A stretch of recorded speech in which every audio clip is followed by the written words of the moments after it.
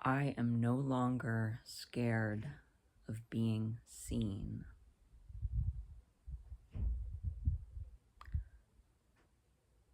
I mean, I am scared of being seen.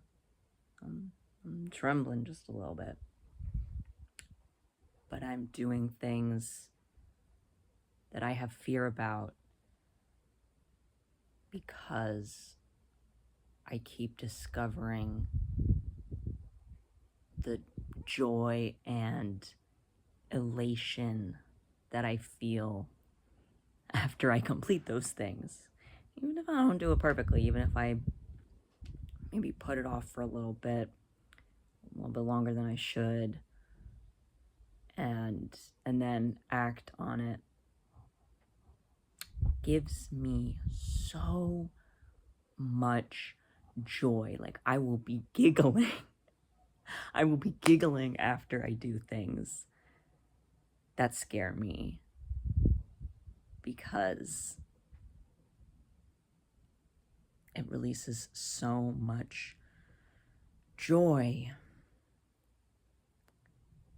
And I think this doesn't scare me necessarily. It does. It's very weird. It's very weird to me. I feel very, I guess, self-centered or self-aggrandizing to be thinking that the messages in my head, all the words in my head deserve to be documented and shared. But I'm gonna be honest, I discovered like a couple of folks on YouTube, you know, throughout this year who were doing these message channeling, these messages, these recordings, and it really hit me. It really came to me in a time in my life when I needed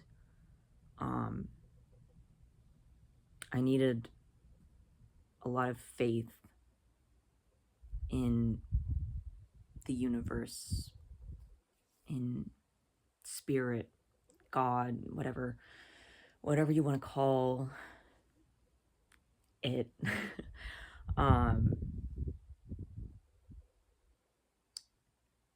And it was really incredible. Like, those messages carried me through so many really dark times and really deeply insecure times.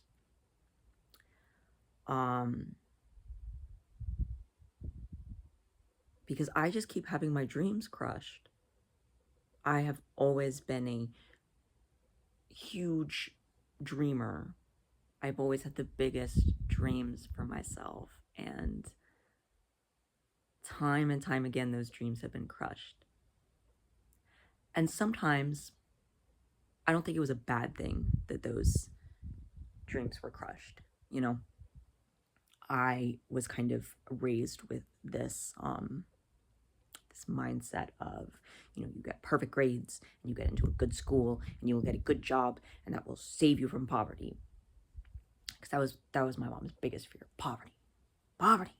She didn't grow up poor, but we got poorer as I got older, and it was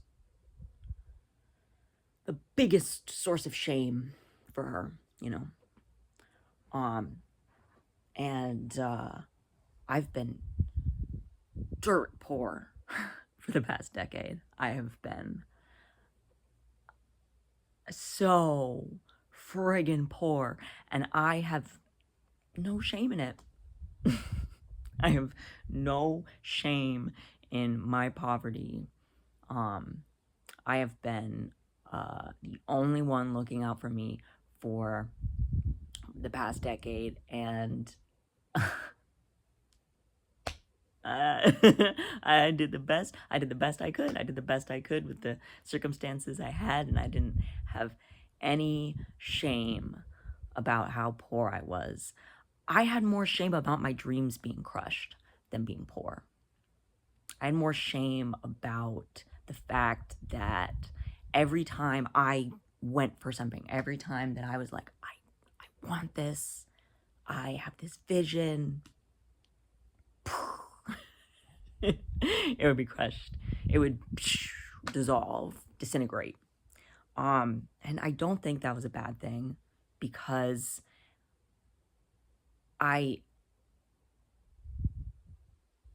think it was those learning steps. I was 555 as I looked at that.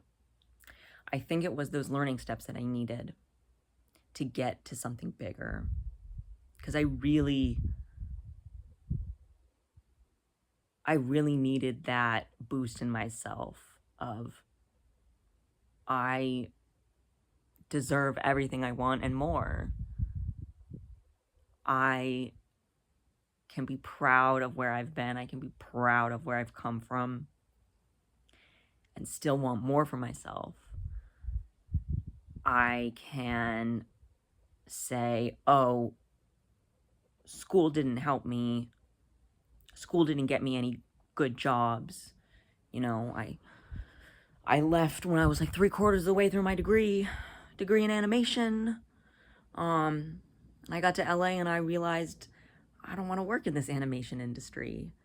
I didn't want to work in the animation industry, and I didn't really want to kind of pursue things on my own. And I realized, maybe I just want to live my life for a second and figure out what the fuck I want. And doing that got me into so many messes. Doing that got me into so many friend groups, social circles that I maybe I shouldn't have been in. Maybe I should have been in, just, to experience it. But going through all of those fuck around and find out situations, I would have goal after goal after goal, and I think all of those things dissolving is just really, it's just part of my path. It is so, I know I sound insane saying this, but it is so deflating having your dreams like crushed like that, It is so deflating being like, this thing that I wanted for so long, it just snatched out in front of you. It's like that meme. That meme with the little girl that, thank you. But I think of this phrase. I've seen this like so many times, where it's like, you're a dog trying to eat chocolate, and the universe is like taking the chocolate from you. Like, no, I know you want this, but it's not for you. Like, it's not good. Trust me. I know you want it, but it's not good for you. And I really do like hold faith in the fact that that all of those dreams that I've had crushed were, taken out of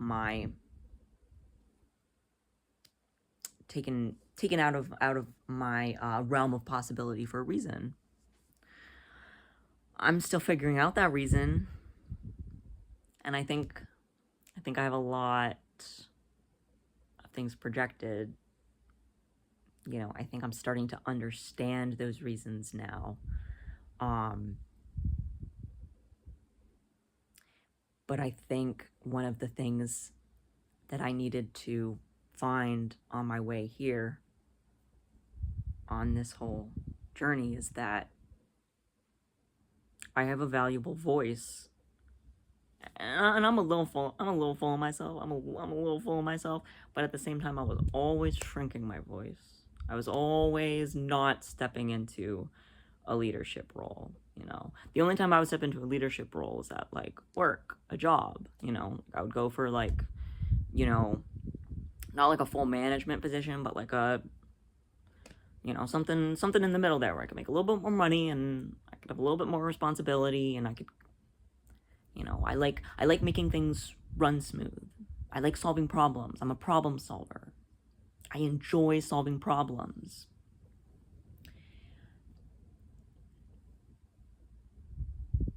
And despite having that confidence in myself and knowing that I'm a capable leader and knowing that I have a skill for helping people cooperate, cooperation and collaboration are like two of the most satisfying things to me. They're so, it just makes life worthwhile. But despite that, in a lot of personal ways, I have shrunk myself. I've almost like disappeared off of social media. I don't like social media in a lot of ways. But I think I didn't like how I was showing up on social media. Obviously I've got my beefs with social media as a, how it's run and who runs it and algorithm, blah, blah, blah. But I think more than anything, I didn't like how I was showing up on social media, how I was putting myself out there on social media.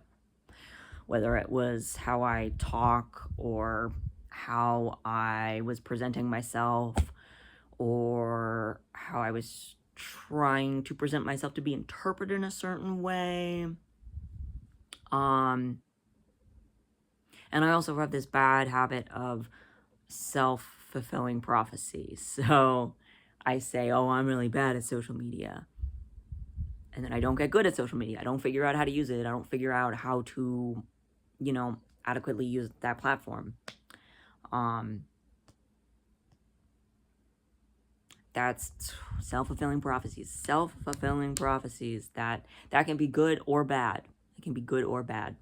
But back to this confidence idea. Back to this thinking I'm worthy idea.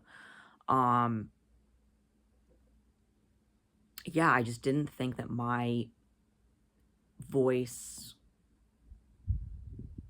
mattered or was worthy enough to be put in this kind of here, sit down and listen to me kind of way, which is crazy because, like I said, I'm a little full of myself, and I think it's the ego. It is ego versus confidence.